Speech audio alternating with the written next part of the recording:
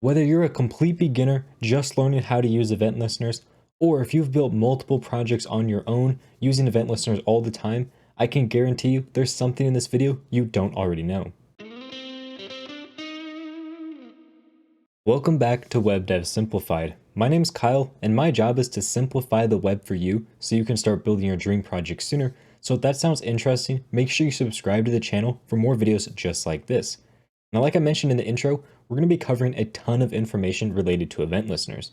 We're going to start at the very basics of how you create an event listener and how they actually work. Then we're going to talk about capturing, bubbling, and delegation, and how all of that works because it's incredibly important to understand, and most people really don't understand it well enough. And then finally, we're going to talk about a few minor tidbits here and there of bonuses that come with event listeners. So this video is going to be jam-packed full of information, so make sure you stick around till the end to get all of the information you need. Now to get started, I have a really simple index.html file where we have a grandparent, inside that we have a parent, and inside that we have a child. And you can see on this right-hand side, we have this red grandparent, blue parent, and then green child. And what we're going to do is set up event listeners for when we click on these elements. So the very first thing I want to do is set up a click event listener on the grandparent. In order to do that, all we need to do is take the grandparent element, so just type in grandparent, and we put a period, and as you can see, the very first thing on this list is called addEventListener. So just type in addEventListener, and this is going to take 2 to 3 parameters. For now, we're just going to start with the 2 parameter version because that's the most common. The first parameter you put in here is going to be the type of event that you want to listen for. In our case, we're listening for a click event. There are tons and tons of events you can listen for, and if you want to know what they're called, just Google, mouse down event or mouse over event, and it'll give you the exact name that you're looking for if you don't already know it. The next thing we need to pass here is a callback, and this callback is just a function that runs every single time that we do whatever the event is, in our case, click. And this takes a single parameter, which is the event object. Generally, you'll see this called E. And we're just going to use an arrow function for our use case. If you don't already know arrow functions, make sure to check out my video linked in the cards and description. It covers arrow functions in depth. So now let's just come in here and do a console log of E to see exactly what this E is. So now if we just come over here, click on the grandparent, you're going to notice we get this massive event down here with tons of information inside of it. A lot of this information deals with where your mouse is on the screen. It deals with where you're holding down like the control key, for example. There's a bunch of information inside of here, but probably the most important information that you're going to care about is this thing called target right here. Target is essentially the thing that you clicked on, in our case, the grandparent. So that is the target, and target is just an element, so it has all the normal element related information inside of it. But generally, when you're dealing with click event listeners or any event listener, target is usually the most important thing that you want to mess with inside of the event listener because it is the thing that the event happened on. So in our case, that would be this grandparent. So if we just console log e.target and I click on this again, you're going to see it prints out that grandparent element. Now, one thing that's also interesting about event listeners is we'll just change this to print out grandparent1. What we can do is add multiple event listeners. So if I just copy this, paste it down here and put grandparent2 inside of it, and I click save. When we click on this, you're going to notice it's going to run both of the event listeners in the order that we define them. So grandparent1 goes first because that's the first one we defined, and then grandparent2 comes second because that's the second one that we define. That's the default behavior of event listeners. And this right here is what most people understand when it comes to event listeners. They know how to put the type in, they know how to create a callback function, and they know that they run in the order that you define them. And that's about where most people's knowledge stops. So in the rest of this video, we're going to go beyond just this basic information and talk about everything else that there is to know about event listeners. Like for example, you'll notice when I click on this child, it still prints out the grandparent information. Why exactly is that? Well, to figure out, let's first set up event listeners for our parent and our child. So let's just come in here. We're going to copy this grandparent one, paste it down, and in here, we're just going to say, whoops, parent. And this will just say parent, and then we're going to do the exact same thing for child. So here we'll say child and child. So now if we click grandparent, it'll print grandparent. When we click on the parent, you're going to notice it prints out parent1 and then grandparent1. And now when we click the child, it's going to print child1, parent1, and then grandparent1. So if you're paying attention, essentially what's happening is that we're clicking on this element, but behind this green child is also our blue parent. And behind our blue parent is our red, grandparent here. And even further behind that is our actual document itself, which we could set up an event listener for example, document.addEventListener click. And we're just going to come in here and we're going to console.log document1. So now if we click the document, it prints out document. We click here, it prints out child, parent, grandparent, and then document.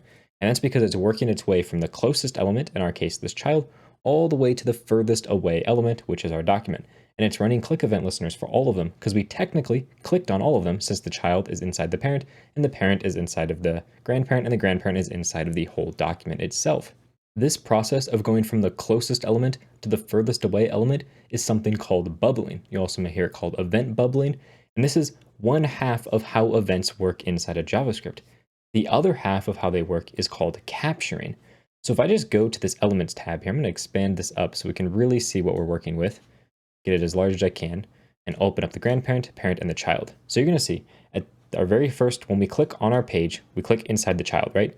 So our click is going to start at the child here. It's going to go down to the parent, go down to the grandparent, and then all the way down to the document as its final step. It's kind of working out of its hierarchy because we clicked on all of them.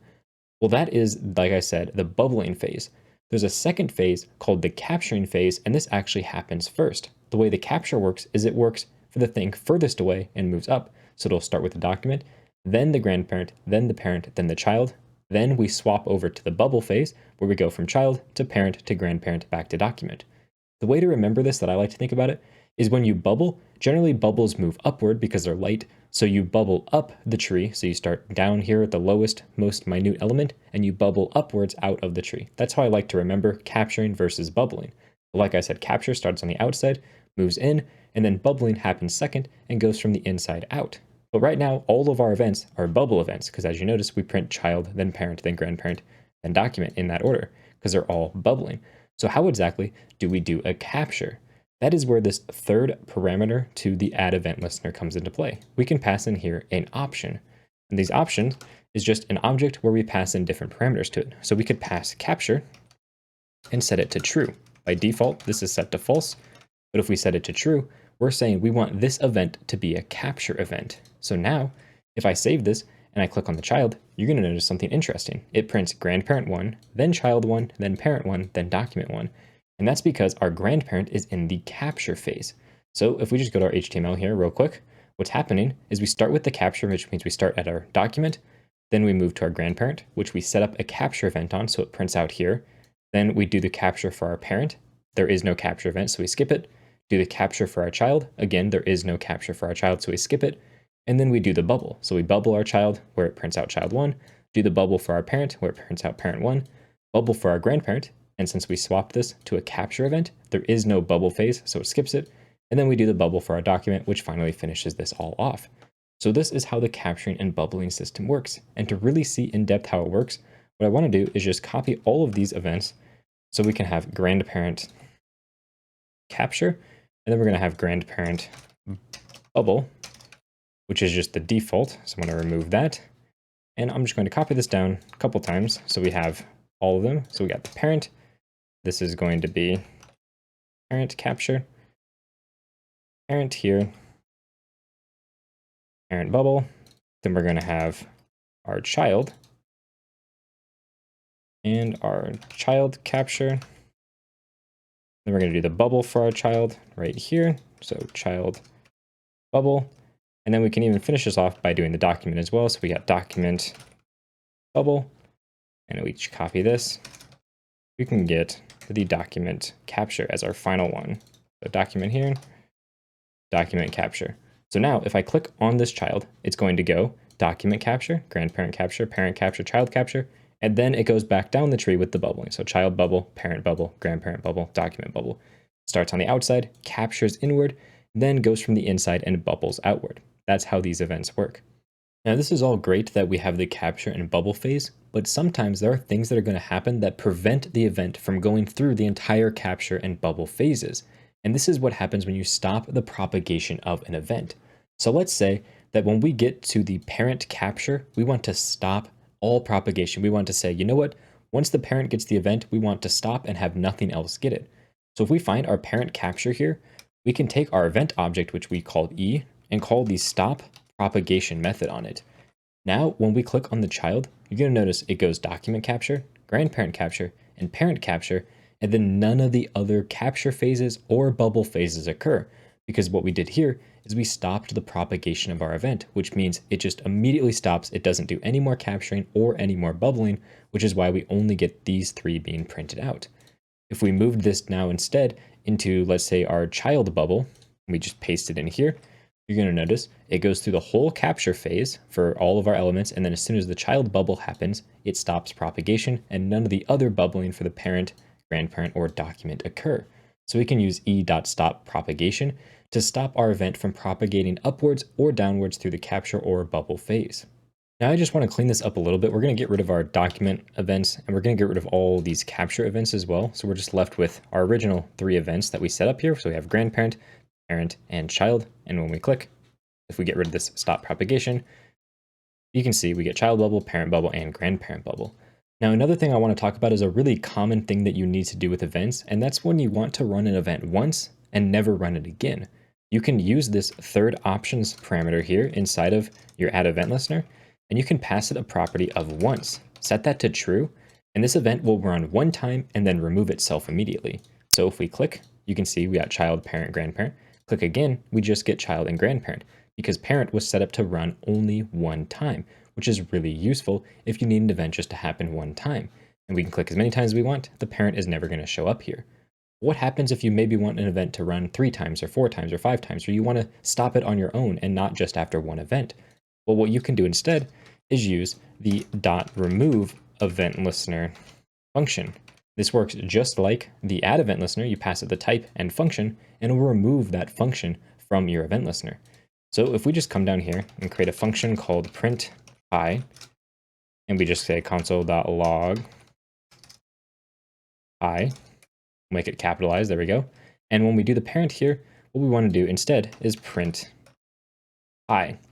Then we can remove that event listener at a later point. So let's just say set timeout, and this is just going to run some code after, let's say, 2 seconds, so 2000 milliseconds. We're going to do parent.removeEventListener on the click event, and we want to remove that print hi function. So now if I run this and I click, you can see it prints out hi for our parent, but if we wait, 2 seconds and then click again, you can see it has removed that event listener for us by using the parent.removeEventListener. And the reason I created a function separately for this is that if we wrote this code inline like this, console.log hi, and we just copy this over to here, remove this function down here, you're going to notice this doesn't actually work. We can click a bunch of times, it prints out hi, and now if we wait 2 seconds, it's been about 2 seconds, we click again, it's still printing out hi, as you can see here. And the reason for that is that this function and this function over here, while they look identical, are actually 2 different functions because you created 2 anonymous functions. So they aren't the same, which means removeEventListener can't remove it because this event is technically a new event and it's different from the original event we added it to. That's why if you want to use removeEventListener, you need to create a variable or function or something that is the same for both of the add and removeEventListener. Now, the very last thing that I want to talk about is going to be how you delegate events, because this is really important when it comes to dynamically adding elements to your page. Let's just get rid of all that, and we're just going to select all of the divs on our page. So document.querySelector all for our divs, and each one of these elements is a div, so it's just going to select all of our elements. And then we just want to loop through our divs. So we'll say for each div, all we want to do is add an event listener. Oops, not console log. div.addEventListener on click. And we just want to print out, for example, console.log hi. There we go. Now when we click on a div, it's going to print out hi. And if we click on one of the middle divs, it's going to print hi for each one of them. That works just fine. But now let's say that we want to create a new div. So we're going to say new div is equal to document.createElement of div, and then we're just going to append that to the end of our body. So body.append new div. Let's make sure we just give this div some style so we can see it. So new div.style.width equals 200 pixels. New div.style.height equals 200 pixels. And we'll just say new div.background, .background color. We're just going to set this to purple.